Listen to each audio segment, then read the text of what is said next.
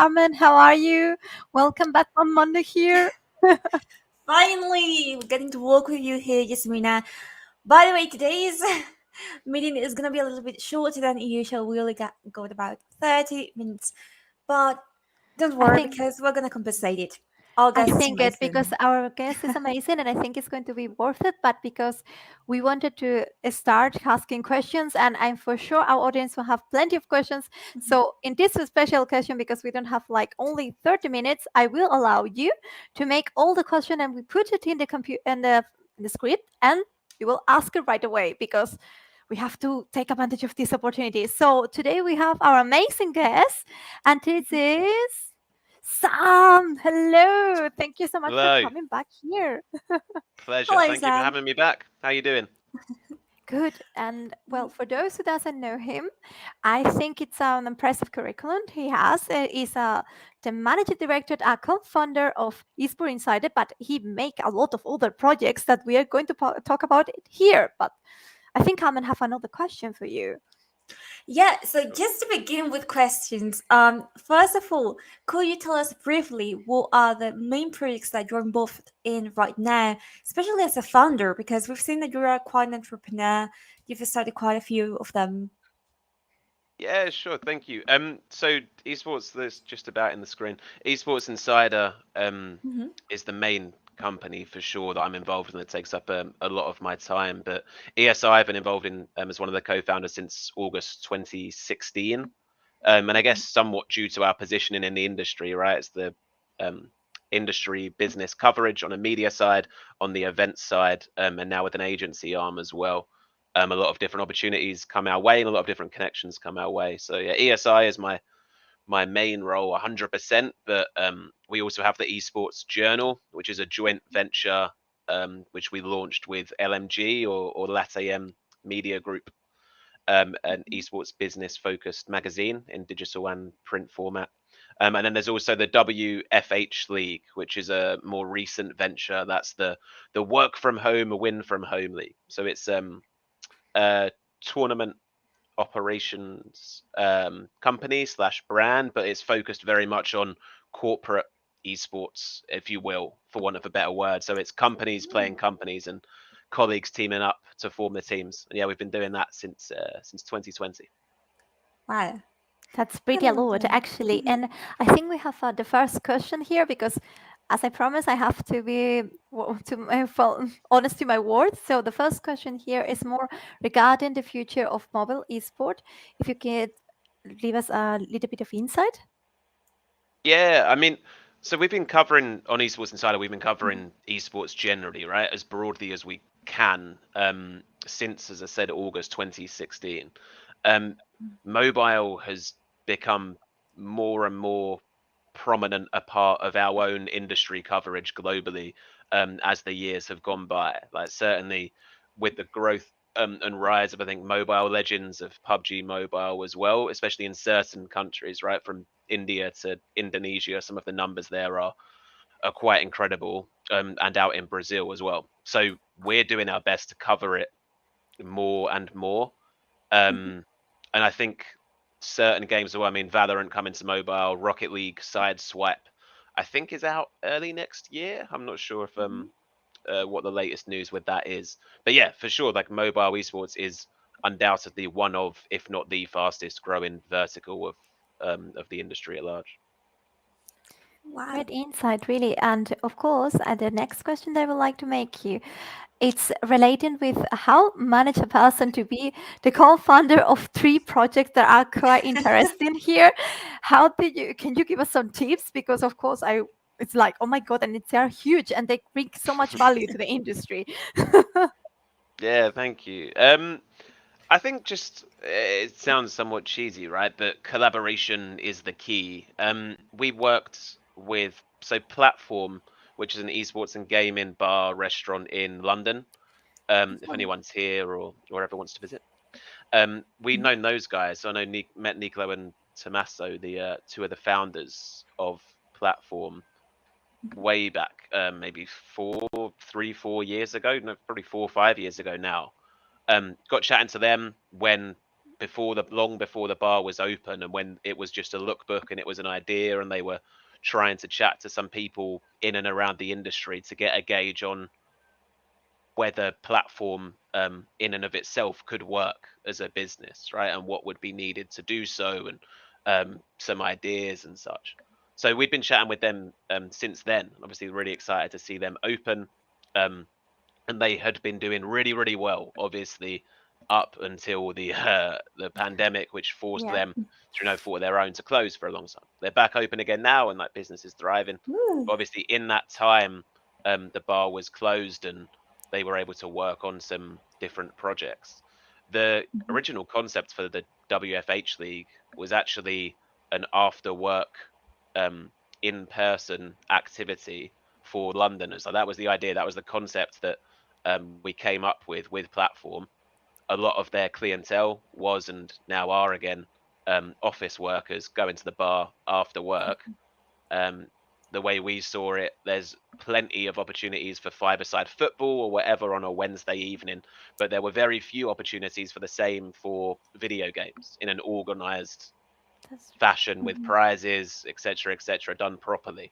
Obviously, a big part of that is because of the lack of facilities, but platform offered that in a great Mhm. location, good food, good drinks as well for afterwards. So yeah, that was the original concept, and then um, COVID happened, so it was Mhm. I guess, somewhat a case of rolling with the punches, and we ran it with platform. We set it up online. It was all delivered. It's all been fully digital to date, apart from a couple of days where it was optional and people could choose to come to platform for the finals, for example. And Mhm. then next year we're looking to do a hybrid model, with the Ooh. online edition and the edition for London as that platform as well. But yeah, I guess a Mhm. long-winded winded way of saying, like, that came from just having a really strong relationship with platform, Mhm. chatting with as many people as we can, and yeah, picking up those opportunities as they came by, really. Wow. And also following up on the like in-person tournaments, in-person Mm, events, you very recently had the Esports inside the London right event yeah. that we talked about last time you were here, and now the event has passed. So could you give us a little bit of an insight of how it went, things that you want to repeat next year, something that you might want to improve? Yeah, of course. So yeah, ASI London just took place at Box Park, Wembley. The turnout was really, really good. Like, we had a Mhm. very limited window in which to create the event, to promote and sell the event. So, and obviously with like lingering concerns around travel and such, I wasn't too sure what the actual turnout on the days would be, but it was really good. Like, we were aiming for 400 attendees. I think we ended up at 430 something registered. Really, really good turnout both days. Like, day one, I mean, it's a good problem to have, but a problem all the same. Like, day one in the morning, Mhm. um, there wasn't any space left in the sessions room whatsoever. Like, there wasn't even standing room. So it's good, because also the difficulty is, right, like, not people go to these events and not everybody wants to go to Mhm. the sessions always. Like, a lot of people are there just for the networking or whatever. Mm. But no, I Mhm. was very, very, very pleased with it. Almost certain we'll be back at the same venue next year. What we talked Ooh. about before, like all the networking and social activities, from the Meet Space VR through to the bad axe throwing, sponsored by Hot Drop, which was really cool. And they were giving away they called it Hot Chop, and they were giving away like the lumberjack shirts branded for the winners as Oh, well. Aye. Yeah, it nice. was a no, very nice touch by them. Creative agency, so you'd expect something creative, right? And they certainly delivered. But yeah, it was really good. So, like, great feedback from across the board. People Mhm. turned up to the event and stuck around as well, because I know, like, some of these conferences, people will go, like, do their speaker slot and then leave as Mm. soon as possible. And like, that's why we chose this venue, to make it a place that people wanted to hang around, right? There was a space for meetings, a space to do work, a space just to have some fun. Yeah, really pleased with it. And next year will be a full site takeover, so we'll be Ooh. even bigger. Oh, that's really nice. And hopefully next year we will be there. So Yeah, we you meet have in to be, person. man. That will be really You have to wonderful. be. So regarding Esports Insider, I know that for sure it's. I don't know if the audience know about it. I think we know, and the majority of them Mm. for sure they will know. But if you can give us a little bit of what is it, because I think you do a lot of things inside, not only the event that you talk about, but also you Yeah. have like news, podcasts, and also a lot of networking. And the other question that I would like to make is, Mm. at the end, did you sing something during the event, or did you throw any access at the end? I would love to know that. Yeah. Yeah, it's been a long week. Um, yeah, so ESI is we're focused across three core pillars, which are media, events, and connect, our agency arm. So we're probably best known still for esportsinsider.com, which covers the business of esports as globally as we can and from as top to bottom as we can as well. We try to cover the industry. So that's across news, features, editorially, podcasts. We have the weekly ESI Digest. We have ESI Mhm. Focus, which are longer form podcasts every couple of weeks or so. And we have some video content as well. So that's the media side of things. And then we run the B2B events. So we've got ESI Digital Winter coming up on the 1st and 2nd of December. And obviously, we now once again run the big in-person conferences as well. So we had ESI London recently. We've got DC, Dubai, Singapore, and London Wow. announced for next year. And Mhm. yes, I did throw some axes. I was very bad. I Perfect. I was with two Icelandic guys who were far too Ah, Scandinavian and Nordic to be. They were very good. But yeah, it's good fun. I recommend it. Great. I just leave in the comments so the people can follow all the page oh, and all the things that you do, because it's pretty much, and it's Thank you. amazing all the three pillars that you have already, mhm. because you covered a lot and you bring so much value. And of course, oh my god, I have to throw access as well. I very much recommend it. Also, the VR, like I was always quite skeptical um, about VR myself. Like I'd done it before and never really enjoyed it. Mhm. But the Meet Space VR place they have at Wembley, honestly, really good Oh, fun. nice. It's like we played some, I don't know, some zombie game and then Oh, love it. Singularity. Yeah, it's really good. They have some like actual IP, like they have like Far Cry. But other than that, I think it's games that were made for Meet Space. But it's Love really, it. really good. It was like teams of like 4v4. It's good I fun. think it's a great Wow. idea to do networking and know the password. Yeah, That's better. yeah, exactly, Oh. exactly.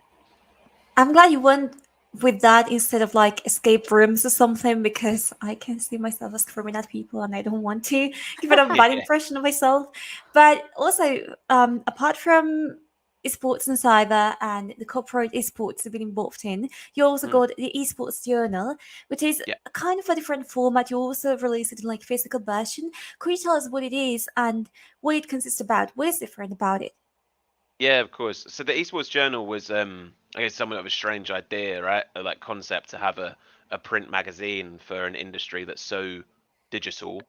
But I still think, and we still obviously think that there's I think there's something different that comes with like a print magazine or a magazine format in general. Like we will have our features by way of comparison. Our average feature on Esports Insider is about 800 words or so. Our Mhm. average piece in the Esports Journal is about 1300 words or so. So these are Wow. longer form, deeper dives into subjects, into a variety of subjects from across the space, like we cover on ESI. So I guess the topics are often the same, but the level of yeah, the depth of writing is generally a little bit longer and a little bit greater in the journal, just because we have more room to play with for the writers. So I think the content team really likes it because it's a chance to put together some proper long form pieces.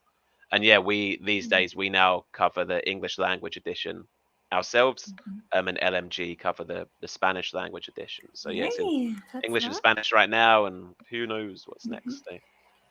Oh, That is very nice. We nice. will see what's. And we have a question that actually I think it's quite interesting, and it's related with has the situation changed since Brexit, Mm. or that it isn't the Oh. case at all? Well, it cost us a lot more money to send the esports Hmm. journals out. That's for sure. So it's a little bit frustrating. Generally, I don't think. Brexit has yet to impact us as a business ourselves too directly. Um, I mean, I do not think it's a good thing. That's for sure. I would far prefer to still be within the warm embrace of the EU, but what can you do? Um, but no, it hasn't really affected us specifically, if that was the question, too much yet. I Yeah, I'm not sure how good of a thing it will be for esports in the UK going forward. I imagine not ideal. I mean, obviously next year our big events are Dubai, DC, Singapore, and London. But London indeed is our flagship. Um, is our obviously biggest Europe. We'll have other events around Europe, but it will be our biggest European event by far. This year, again, primarily due to COVID, so obviously don't want to conflict the two, but and naturally, right? Anything that makes it harder to travel to this country, harder to do business in this country, Yeah. probably not going to be ideal. Um, but yeah, we shall see. I think we're very much still in a we'll find out later stage. At least he's happy to hear it. For Yeah, sure, it's true that everything is related with travel expenses is always complicated, and but we will yeah, see that because it's going to be a huge event for sure. Probably it's not so bad. We hope so. yeah. And Fingers of crossed. course, now I would like to focus on the order project that you have that you mentioned already, but we Mm. would like to see more about it because I think it's quite interesting the idea that it was involved and it's WFH League. How did this idea come around? How was mean the project? If you can tell us any details. Yeah, of course. So yeah, it mainly came from that, like chatting with platform. We thought there was an opportunity. So what we bring is obviously I guess, somewhat the legitimacy esports industry wide, the network esports industry wide, and the opportunity to promote it as well, and the expertise of running events as well, logistically. And platform was a perfect venue to host it and to facilitate the competitions themselves as well. And then COVID happened, so it all went online, and I again was a little bit skeptical as I was ahead of our ESI digital events that something like Work from Home League would be as popular, I guess, because like kind of the point of it, or one of the points of it, was to introduce people in various businesses to esports, because like we can teach them about it, but in practice, how can they really learn about it? And our suggestion is, what better way than to get involved yourselves and to take part in a competition that's competitive but casual is the general vibe. But I wasn't sure how popular that format would be online only, right? Like it's just another thing that's Yeah. all online in terms of networking and catching up with your colleagues in the evenings and such. But yeah, it went really well. Like we made front page of Twitch one day each season. Like we raised a decent amount of money for special effects, our charity partners with it. Teams wise, we had Barclays had a team, Rivalry, the bookmaker had a team, Twitch had a team, Noble Love it. Chairs, Guild, etc. Like, and that was the point. Like we wanted companies from within the space to have teams, and then companies from outside the space, like Square Enix had a team, for example, Oh, and Love it. played in Rocket League, and we played in Rocket League. We were god awful, but it was fun, and that was the one of the main challenges with it was trying to get those levels right. Right, like we had no cash prizes. There never will be a cash prize for it. We had like Razer gave some prizes away and so on, but we didn't want it to be too competitive because we want it to be fun, right? That was the point, that it's like a nice networking thing, and like generally the vibe on Twitch was really positive and like welcoming and nice, which was again the point of it. But yeah, we're figuring out a few of like the kinks and the challenges for next year. And as I say, next year we aim to have a hybrid edition, so those that are local to London can play from platform if they choose, but we don't yeah, we still allow people from wherever to be able to get involved. No, when so I heard the idea, it was really nice. Really, I think the event it's a great idea because I think I never heard it before. Like the companies who actually well, compete. Oh, and I think we have a question, Carmen, if you read it. oh Yeah, I'm gonna jump on this question because I want to. So, Inculus, I'm gonna use this one as well. So, the question is, how do you see the present situation with face-to-face events? And I want to add, what are the logistics when you're planning an event in person in other countries, even countries that are walking many hours in difference with you guys, like in Singapore, for example. So, Yeah. how is it like walking with this? Yeah, it's challenging, right? And obviously, especially right now, um, all different countries are at different stages in terms of what's legal for starters, the like open level, and generally people's comfort and willingness to attend such events, and also the expectations from such events, I think, have changed. Um, for us, we chose Box Park for a reason, like a big open space. Um, yeah, then the venue comes. It's a big part of the consideration always is the venue. I think more so in like a COVID, like almost post COVID, whatever you want to call it, world. I think the consideration of the venue and how you're able to facilitate the flow of attendees is even more important. And so those big open spaces are again much more important. For Singapore, Dubai, and DC, we will have local partners for each of those. So again, like going back to my point earlier on, like collaboration, I think is definitely the way forward. Like if we were to try and do everything ourselves as just Esports Insider in London, that would be very, very challenging, nigh on impossible. We're working in each of those destinations I mentioned. We're working with local trusted companies that we have worked with before, and that know the lay of the land locally, know what works, what doesn't, and have connections locally as well. So, yeah, I think that's hugely important to the success of the events. Amazing to hear. I mean, Really, and it's really interesting. I would love to see all of that. And now, because we have just a few minutes more, I would like to ask you more about the future. If you can say anything related with all the projects of you are co-founder, or how do you see with WFH? Sorry, because I have to think about it because it comes to my mind in Spanish No worries. automatically. It's like, oh shit, no. Yeah, of course. Yeah, yeah, no worries.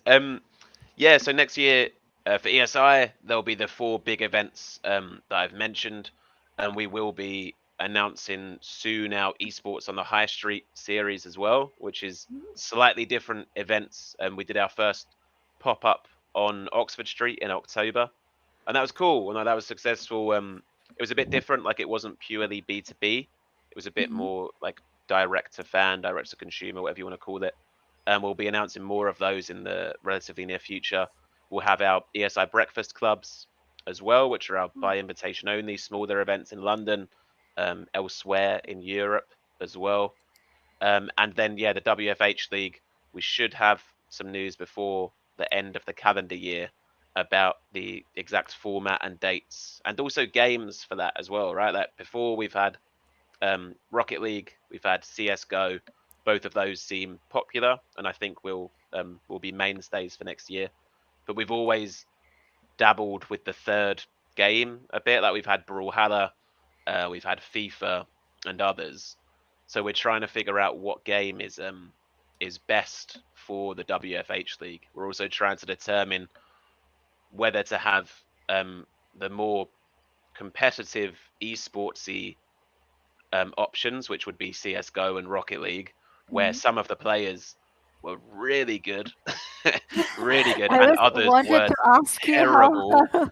Yeah, so that golf in quality, and that golf generally in people's like why people's reason for playing and reason for being involved varied a lot. Like there were some people that were playing because they loved the game, as did their colleagues, and because they wanted to win.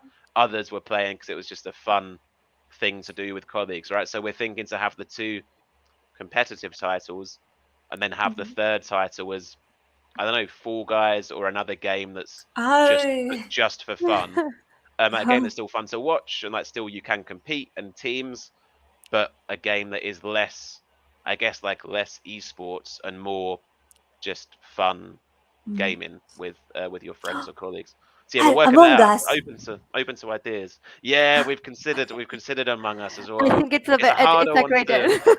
Yeah, but open to ideas and suggestions on that front. Genuinely, Fall Guys Gothic maybe. phone. Yeah, I don't know. I don't know. Like I want Mario Kart to be honest. It's like nice and simple, but it's hard to Oh my Carmen is god. bringing make with it a lot of right. So ideas. I think Among Us yeah, could be pretty nice, and especially to know the character of the others and see, oh my god, I cannot trust you in business. I'm not going to trust you anymore. Maybe. yeah, And exactly. This is it.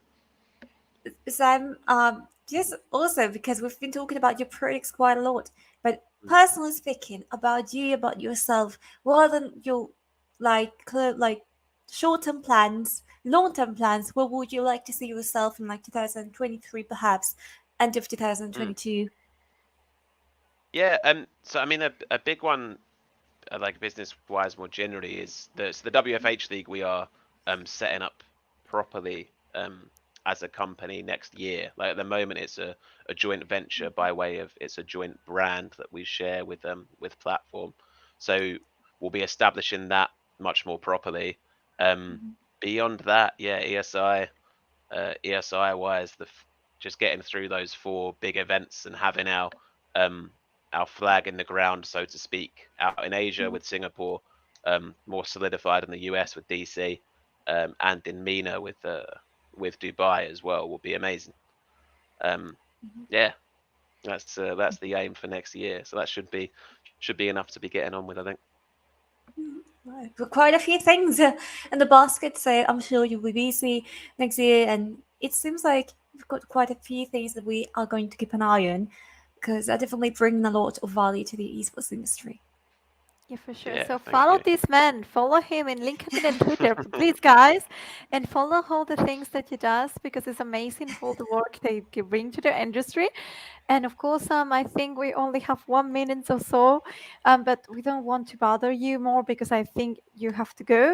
It has been really, really nice to have you back for the special and have you here. Hopefully, maybe in the future you can stay a little bit longer and we can Yeah, see for all sure. the future projects that you will have for sure. Oh no, he's freeze. Oh I no. know. Oh no, you said he had to go. Now he's really I don't know. I don't want to say you goodbye like this. okay. Wait, wait, No. wait. He's coming back. You were freeze Sam, for a are you second. with us? I know. No. Well, you said he had to go, and then suddenly he just freezes. Hello, I Sam. think, hello, Sam.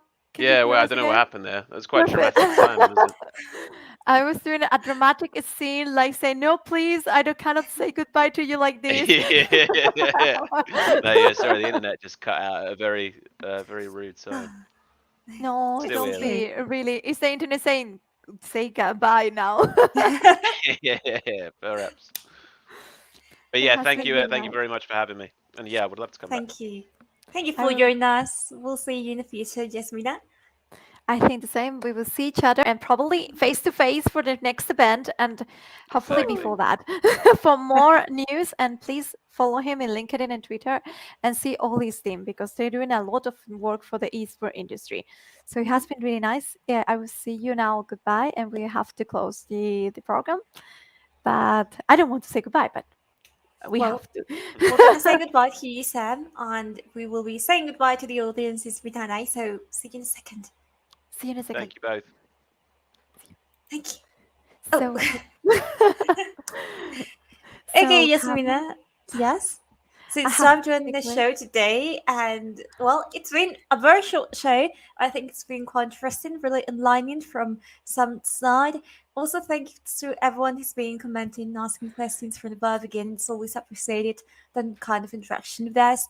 And well, also do not forget to follow us on social Please. media, all of our accounts, like you can see it right there. I don't know And if I'm saying right, but here, follow here. yeah, actually, I think it doesn't appear right now. It will be on the end of the screen, but never mind. Just to close this off, remember that the entire week we've got shows scheduled with more different content like war customer. We also got corporate news, marketing, quite a few things there to keep you entertained and up to date. So That's it for me, Yasmina. Anything you want to add? Well, it has been really amazing to have Sam here. It has really interesting all the progress who is co-founder.